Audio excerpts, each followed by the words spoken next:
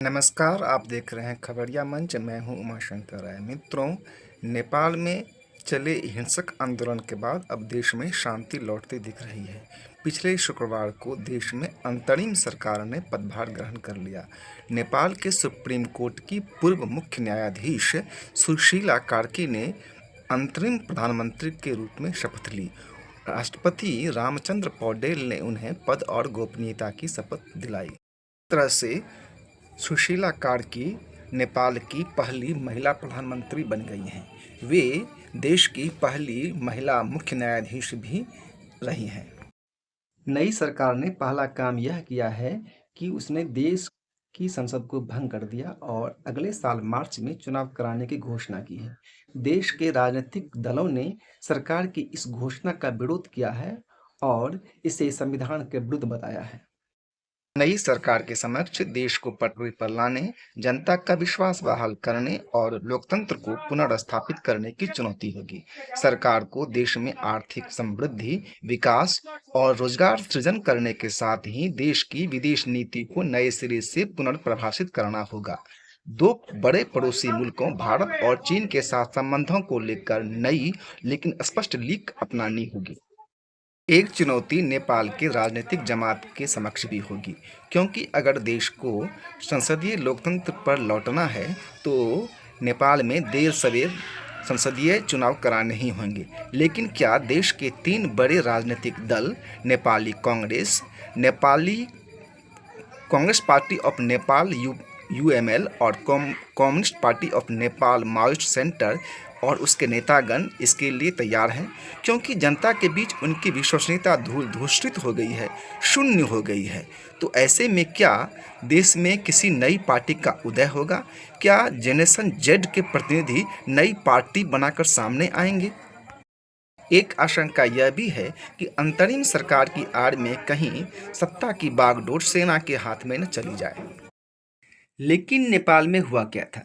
दरअसल केपी ओली की सरकार ने देश में सोशल मीडिया प्लेटफॉर्म्स पर बैन लगा दिया था। इनमें WeChat, YouTube, LinkedIn, Facebook, WhatsApp सहित 26 सोशल मीडिया प्लेटफॉर्म्स शामिल हैं। सरकार ने यह कदम इसलिए उठाया क्योंकि इन कंपनियों ने नेपाल के कानूनों के अनुसार देश में अपना रजिस्ट्रेशन नहीं कराया था। हालांकि सरकार का यह तर्क सही था, लेकिन उसकी गलती यह थी कि सरकार ने तब इस ओर ध्यान नहीं दिया जब ये कंपनियां नेपाल में अपने पैर पसार रही थी।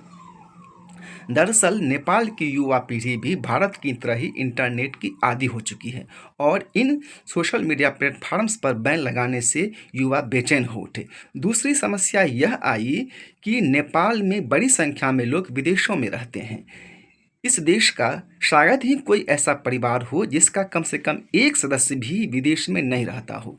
सोशल मीडिया पर बैन लगाने से इन परिवारों के लिए विदेशों में रह रहे अपने लोगों से संपर्क करना कठिन हो गया, क्योंकि आईएसडी दरें लागू होने से फ़ोन करना काफ़ी महंगा था। दरअसल रजिस्ट्रेशन तो एक बहाना था। वास्तविकता यह है कि ये सोशल मीडिया प्लेटफॉर्म्स अभिव्यक्ति की आज़ादी और सरकार की आलोचना का केंद्र बन गए थे, जिससे ओली सरकार असहज थी। इसलिए उसने रजिस्ट्रेशन की आड़ लेकर इन मीडिया प्लेटफॉर्म्स को बैन कर दिया। दरअसल ओली की राजनीति वर्तमान के उस आजमाए फार्मूले पर चल रही थी जिसे उग्र राष्ट्रवाद कहते हैं। वे देश को जिस उग्र नेपाली राष्ट्रवाद की राह पर ले जा रहे थे, उसे खुराक भारत विरोध से मिल रही थी। भारत के साथ विवाद की जड़ वे 3 भारतीय इलाके हैं जिसे नेपाल अपना बताता है। ये 3 इलाके हैं लिपुलेख, लिम्पियाधुरा और कालापानी। ओली सरकार ने संसद से नेपाल का नया नक्शा भी पारित कराया, जिसमें इन तीनों क्षेत्रों को नेपाल के अंतर्गत दिखाया गया था। लेकिन उग्र राष्ट्रवाद अंततः लोकतंत्र में कमी, तानाशाही, अभिव्यक्ति की आज़ादी पर चोट और जनहित से विमुखता की ओर ही जाता है। नेपाल में भी यही हुआ। पिछले 1.5 दशक के दौरान नेपाल में गरीबी, भ्रष्टाचार, बेरोजगारी चरम पर पहुंच गई। देश में आम और खास के बीच की खाई लगातार बढ़ती गई।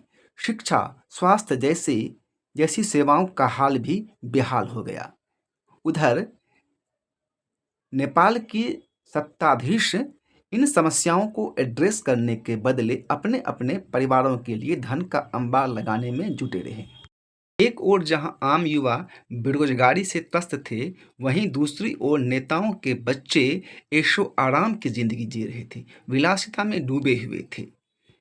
इन सत्ता संतानों के लिए सोशल मीडिया पर नेपो किड्स और नेपो बेबी जैसे शब्द खूब चलन में थे।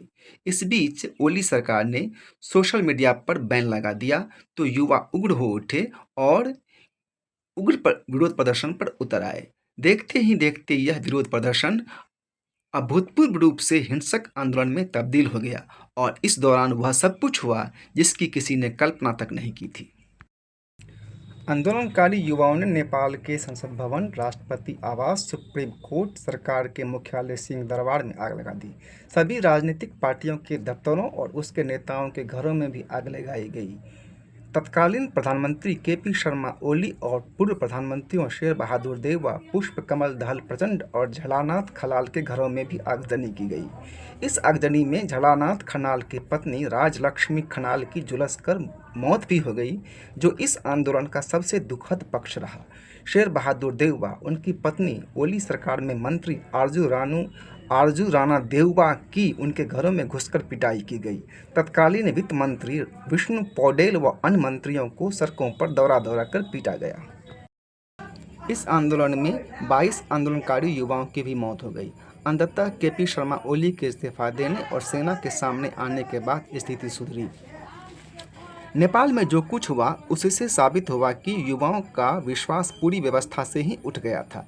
उनकी निराशा चरम पर थी, इसीलिए उन्होंने एक ही साथ संसद भवन, सुप्रीम कोर्ट, राष्ट्रपति भवन सभी पर हमला किया। साथ ही सभी राजनीतिक दलों, Nepali Congress, communist party of Nepal UML, communist party of Nepal Maoist centre सभी के कार्यालयों पर हमला किया, उसमें आगजनी की। साथ ही पूर्व प्रधानमंत्रियों प्रचंड, शेर बहादुर देउवा, केपी शर्मा ओली सभी के घरों पर हमला किया, उनमें आगजनी की। आप है कि सन 2008 में राजशाही की जगह गणराज की स्थापना के बाद देश की जनता ने जो सपने देखे थे, राजनीतिक जमात ने उन सपनों को तार-तार कर दिया। बीते 35 वर्षों के दौरान नेपाल में यह तीसरा बड़ा आंदोलन था। सबसे पहले 1990 में लोकतंत्र की मांग को लेकर हुए आंदोलन के बाद तत्कालीन महाराज वीरेंद्रवीर विक्रम शाहदेव ने लोकतांत्रिक राजशाही की स्थापना की थी। उस समय भी एक अंतरिम सरकार बनी थी और नेपाली कांग्रेस के नेता कृष्ण प्रसाद भट्टराई अंतरिम प्रधानमंत्री बने थे। बाद में हुए चुनाव के बाद नेपाली कांग्रेस के नेता गिरिजा प्रसाद कोइराला प्रधानमंत्री बने। इसके बाद सरकारें आती रहीं जाती रहीं, लेकिन देश में न तो राजनीतिक स्थिरता आई और न लोगों की अपेक्षाएं पूरी हुई। इस बीच सन 2001 में राजमहल में एक भीषण हत्याकांड हुआ, जिसमें तत्कालीन महाराज वीरेंद्रवीर विक्रम शाहदेव, उनके छोटे भाई धीरेंद्रवीर विक्रम शाहदेव का पूरा परिवार खत्म हो गया। हालांकि इस घटना का पूरा सच तो कभी सामने नहीं आया, लेकिन कहा जाता है कि महाराज के बड़े बेटे और युवराज दीपेंद्रवीर विक्रम शाहदेव ने अपनी मनपसंद लड़की से विवाह करने की अनुमति नहीं मिलने से नाराज होकर पूरे परिवार को गोली से उड़ा दिया और खुद भी आत्महत्या कर ली। लेकिन इस हत्याकांड में महाराज के मझले भाई ज्ञानेंद्रवीर विक्रम शाहदेव के परिवार का बाल भी बांका नहीं हुआ। बाद में उनकी ताजपोशी हुई और नेपाल भी अपनी सामान्य गति से चलने लगा। इसी बीच देश में माओवाद ने सिर उठाया और देश को अराजकता की चपेट में ले लिया। माओवाद को कुचलने के नाम पर महाराज ज्ञानेंद्रवीर विक्रम शाहदेव ने सरकार और संसद भंग कर दी और लोकतंत्र को खत्म कर देश को संपूर्ण राजतंत्र की ओर लौटाने की कोशिश की, जिससे पूरे देश में आक्रोश की लहर दौड़ गई। राजशाही के विरुद्ध व्यापक आंदोलन शुरू हो गया। इस आंदोलन के परिणाम स्वरूप सन 2008 में महाराज को अपदस्थ होना पड़ा और देश में गणराज की स्थापना हुई। नया संविधान बना और राजा की जगह राष्ट्रपति के पद का सृजन हुआ। हालांकि इस 1.5 दशक में नेपाल के राजनेताओं ने कोई सबक नहीं सीखा और अंततः इस हुआ जो कोई नहीं चाहता था। अब नेपाल को नए सिरे से खड़ा करने की चुनौती है। भारत और चीन के बीच संबंधों को किसी पार्टी और किसी नेता के निजी राजनीतिक हितों के बजाय नेपाल के हित के अनुसार तय करने की चुनौती है। दक्षिण पूर्व एशिया की बात करें तो नेपाल की तरह श्रीलंका, बांग्लादेश में भी जनरेशन जेड के आंदोलन के कारण तख्तापलट हो चुका है। श्रीलंका में तत्कालीन राष्ट्रपति गोटबाया राजपक्षे और बांग्लादेश में तत्कालीन प्रधानमंत्री हसीना वाजेद को देश छोड़कर भागना पड़ा। आखिर इस रीजन में ये घटनाएं क्यों हो रही हैं? निश्चित रूप से तो कुछ नहीं कहा जा सकता। ये तीनों देश कई अर्थों में काफ़ी भिन्न हैं, लेकिन तीनों में एक समानता है: भयंकर बेरोजगारी, गरीबी, भ्रष्टाचार, बढ़ती आर्थिक गैरबराबरी और राजनीतिक वर्ग की तानाशाही।